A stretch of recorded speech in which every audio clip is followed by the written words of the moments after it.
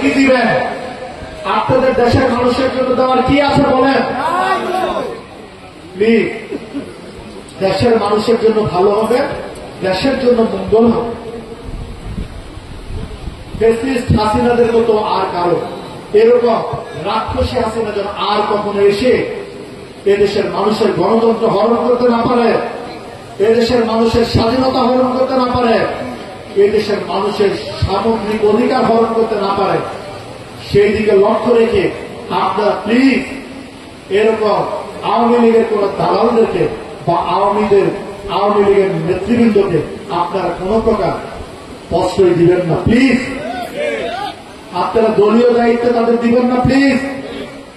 আপনারা জনগণ কি চায় সেটা বোঝেন, যাতে জনগণের কল্যাণ হবে সেই কাজটা করেন প্লিজ।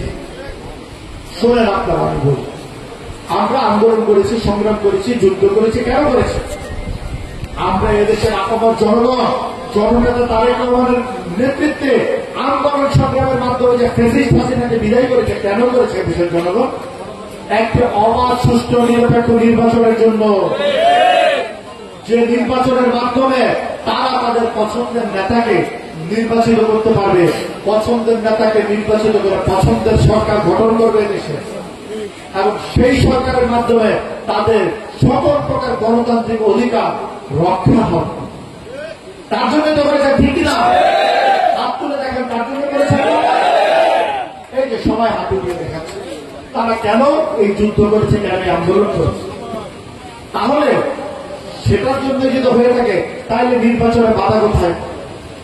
নির্বাচন নিয়ে আপনারা বিভিন্ন ধ্বংস উল্টাপাল্টা উক্তি কেন বলছেন? আসলে নির্বাচনের রোডম্যাপ ঘোষণা হয়েছে, নির্বাচনের সময়সূচি ঘোষণা হয়েছে, সবকিছু অলমোস্ট রেডি হয়ে গিয়েছে। দেশে নির্বাচনের আবহাওয়া, বাতাস প্রবাহ হচ্ছে।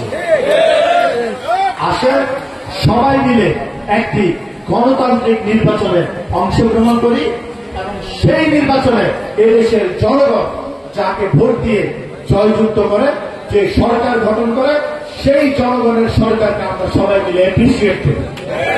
ঠিক আছে?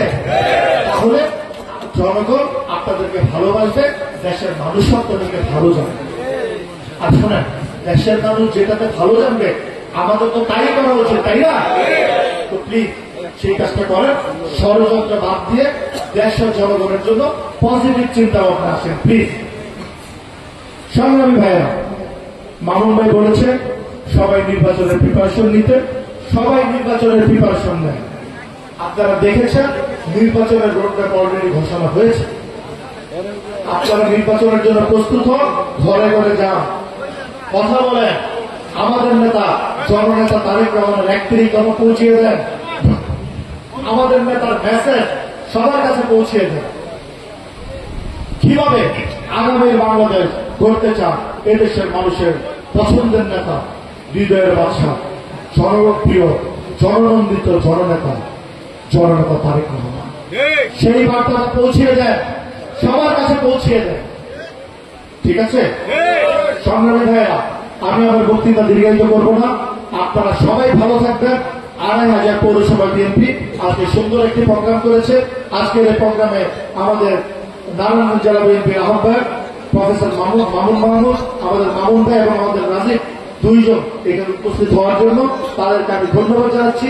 2500 বিএনপির পক্ষ থেকে, আমার পক্ষ থেকে, 2500 সকল প্রকার জনগণের পক্ষ থেকে, সকল পর্যায়ের জনগণের পক্ষ থেকে আমি তাদের পুজোকে ধন্যবাদ জানাচ্ছি।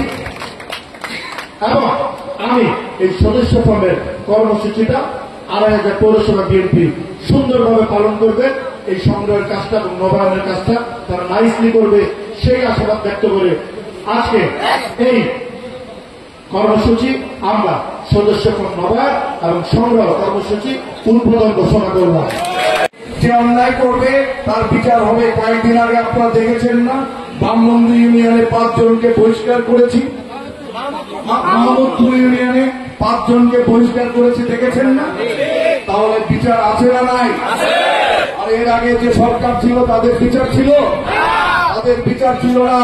তারা শুধু বিএনপি কে করে শুধু তাদেরকে খুঁজত আর তাদের কাছ থেকে টাকা নিত, নামায় জেলে ঢুকাতো। এই ছিল তাদের শাসন ব্যবস্থা। এখন সেটা হবে না। আপনারা পুরো আওয়ামী লীগের বাড়িঘর ভেঙেছেন, মানেন নাই? কেন মানেন নাই? আমাদের নেতা নিষেধ করেছে, আইন আমরা হাতে তুলে নিব না। তবে যারা অন্যায় করেছে, যারা অত্যাচার করেছে, আমাদেরকে বাড়ি ঘরে থাকতে দেয় নাই, আমাদেরকে মারধর করেছে, আমাদেরকে জেলে পুরেছে, তাদেরকে অবশ্যই আইনের আওতায় নিয়ে আসা হবে। তাদেরকে ছাড়া হবে না। কিন্তু কোন নিরীহ মানুষ যাতে হয়রানির শিকার না হয়, আমরা সেটা আমাদের নেতার নির্দেশে প্রত্যেক এলাকায় এলাকায় আমরা সেটা নিশ্চিত করেছি। সহ অবস্থান, মানুষ যার যার বাড়িতে থাকবে, আমরা সহ অবস্থানে বিশ্বাস করি। সুতরাং বিএনপি যখনই ক্ষমতায় আসে তখনই মানুষের ভাগ্য উন্নয়নে কাজ করে এবং মানুষের ন্যায় বিচারে কাজ করে। সুতরাং বিএনপিকে মানুষ পছন্দ করে, ভোট হলেই মানুষ বিএনপির পক্ষে ভোট দিতে চায়। এই কারণেই বিগত সরকার একটি ভোটের আয়োজন করে নাই। তারা কখনো দিনে করেছে, তারা কখনো রাতে করেছে, কখনো প্রার্থীবিহীন আমি এবং দামি নির্বাচন করেছে, কিন্তু একটি ভোটও এই এলাকার মানুষ গত 15 বছর ভোট কেন্দ্রে গিয়ে স্বাধীনভাবে দিতে পারে নাই। ইনশাআল্লাহ আগামী নির্বাচনে আপনারা এলাকায় এলাকায় গিয়ে মানুষকে বুঝাবেন যে অবশ্যই আপনারা স্বাধীনভাবে ভোট দিবেন। তবে আমাদের একটা দাবি আছে, আমরা আন্দোলন সংগ্রামে ছিলাম, আমরা এই মানুষকে ভালোবাসি, আমরা আপনাদের সঙ্গে ছিলাম, আপনাদেরকে পাহারা দিয়ে রেখেছি, আপনাদের পাশে আছি, সুখে দুঃখে আপনাদের পাশে থাকতে চাই। এই দাবি নিয়ে আপনারা ধানের শীষের পক্ষে ভোট নিয়ে আসবেন, তাদেরকে কেন্দ্রে আসার নিরাপত্তা দিবেন এবং কেন্দ্রে ভোট দিয়ে তাদেরকে বাড়িতে যাওয়ার নিশ্চয়তা দিবেন। তাহলে অবশ্যই আপনার প্রার্থীকে ধানের শীষকে ভোট দিবেন। এইভাবে এলাকায় এলাকায় আপনারা শক্তিশালী সংগঠন, কেন্দ্র ভিত্তিক সংগঠন গড়ে তোলেন। আগে তো আমাদের সাংগঠনিক কাঠামো আছে, আমাদের ইউনিয়নের কমিটি আছে, ওয়ার্ডের কমিটি আছে। এখন আমাদের কি করতে হবে? কেন্দ্রে কেন্দ্রে কমিটি করে ফেলতে হবে ভোটের জন্য। সেই দিকে মনোযোগ দেন, বিভেদ ভুলে যান। কে নেতা হবেন, কে নেতা হবেন না আজাদ ভাই চেনে, আজাদ ভাই জানে কে কে আন্দোলন সংগ্রামে ছিলেন, কে 18 বছর ছিলেন, কে 12 বছর ছিলেন, কে 6 মাস যাবৎ আছেন। আজাদ ভাই জানে। সুতরাং মূল্যায়ন ওইভাবে হবে। যাবে তার বয়স 18 বা আরো বেশি, তারে একটু সম্মান বেশি দিতে হবে না? তাকে এনে একটু সামনের সারিতে বসাতে হবে না? বসাতে হবে। আর যার বয়স 2 বছর, যার বয়স 9 মাস, তাকে কি করতে হবে? তাকে ছোট হিসেবে বলতে হবে, ছোট ভাই তুমি একটু পিছনের চেয়ারে বসে, বলতে হবে না? বলতে হবে। এটা আজাদ ভাই করবে। এই যে আগে যে কমিটিগুলো হয়েছে, এই যে ইউসুফ আলী ভুইয়া সভাপতি, আন্দোলন সংগ্রামের লোক না? জুয়েল ছিল, জুয়েল অসুস্থ, অরোগ মুক্তি কামনা করছি। জুয়েল আন্দোলন সংগ্রামের লোক ছিল না? যে মাহমুদুল্লাহ, এই যে গালিম, এরা কি আন্দোলন সংগ্রামের লোক না? তাহলে আজাদ ভাই কি অবমূল্যায়ন করেছে কাউকে?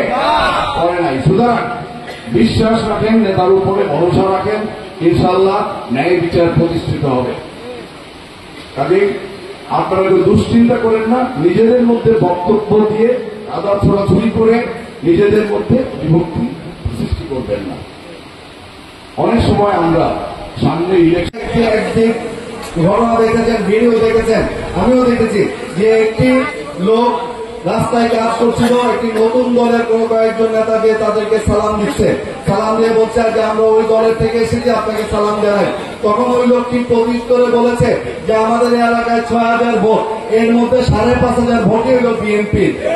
এটাই বাংলাদেশের চিত্র। বাংলাদেশের প্রত্যেকটি অঞ্চলে যেখানেই যাবেন সেখানেই অধিকাংশ মানুষের ভোট হল বিএনপি, যেটা আজকে আমাদের জন্য সবচেয়ে বড় বাধা এবং সমস্যার কারণ হয়ে দাঁড়িয়েছে।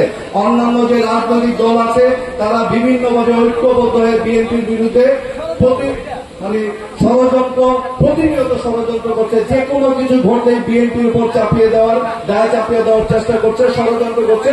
সেজন্য আমাদের সবাইকে সতর্ক থাকতে হবে এবং ঐক্যবদ্ধ থাকতে হবে। মনে রাখতে হবে, অন্য যে কোনো আওয়ামী লীগ, অন্য যে কোনো দলের নেতা কর্মীর চেয়েও আমার জাতীয়তাবাদী দলের আদর্শের যে সৈনিক, সে আমার কাছে অনেক প্রিয়। যদিও সে আমাকে যদি নাও পছন্দ করে, তারপরও যারা শহীদ রাষ্ট্রপতি জিয়া রহমানের আদর্শ শরীফ তাকে বুকে জড়িয়ে ধরার সেই মানসিকতা আমাদের সবার মাঝে লালন করতে হবে। সবাইকে ধন্যবাদ জানিয়ে এবং আড়াইহাজারবাসী দীর্ঘ আন্দোলন সংগ্রামে ব্যাপক ভূমিকা রেখেছেন। আমরা কিছুদিন আগে আমাদের এটা আপনাদের সামনে বলতে চাই, কিছুদিন আগে আমাদের যে ভারপ্রাপ্ত চেয়ারম্যান জনাব তারেক রহমানের সাথে আমাদের কথা বলার সুযোগ হয়েছিল সাংগঠনিক বিষয়ে। উনি ওই সভায় উনি আমাদেরকে স্পষ্ট করে বলেছেন, নারায়ণগঞ্জ জেলার মধ্যে ২,৫০০ থানা বিগত আন্দোলনে সর্বোচ্চ সংখ্যক রাজনৈতিক কর্মসূচিতে অংশগ্রহণ একজন রাজনৈতিক দলের কর্মী হিসেবে এবং আপনারা ২,৫০০ কর্মী হিসেবে এর চেয়ে আভিজাত আর কিছু নাই। এবং আপনাদের উপরে অনেক কিছু নির্ভর করছে, যেটা আগামী দিনের সুস্থ অবাধ নিরপেক্ষ নির্বাচনের মাধ্যমে যদি বাংলাদেশ জাতীয়তাবাদী দল সরকারে অধিষ্ঠিত হয়, তাহলে ২,৫০০বাসীর স্বপ্ন পূরণে নজরুল ইসলাম আজাদ ভাই অনন্য ভূমিকা রাখবেন। সেজন্য ওনার পাশে থেকে ওনার জন্য দোয়া করবেন এবং এমন কোন কর্মকাণ্ডে নিজে জড়িত হবেন না যাতে নজরুল ইসলাম আজাদ ভাই তথা বাংলাদেশ জাতীয়তাবাদী দলের সুনাম পূর্ণ হয়। সেই প্রত্যাশা ব্যক্ত রেখে আপনাদের সুস্বাস্থ্য দীর্ঘায়ু কামনা করে বক্তব্য শেষ করলাম। ধন্যবাদ সবাইকে। বাংলাদেশ জিন্দাবাদ, বাংলাদেশ জাতীয়তাবাদী দল জিন্দাবাদ, শহীদ রাষ্ট্রপতি জিয়া রহমান অমর হোক, দেশনেত্রী বেগম খালেদা জিয়া জিন্দাবাদ, আমাদের অহংকার তারেক রহমান জিন্দাবাদ। সবাইকে ধন্যবাদ।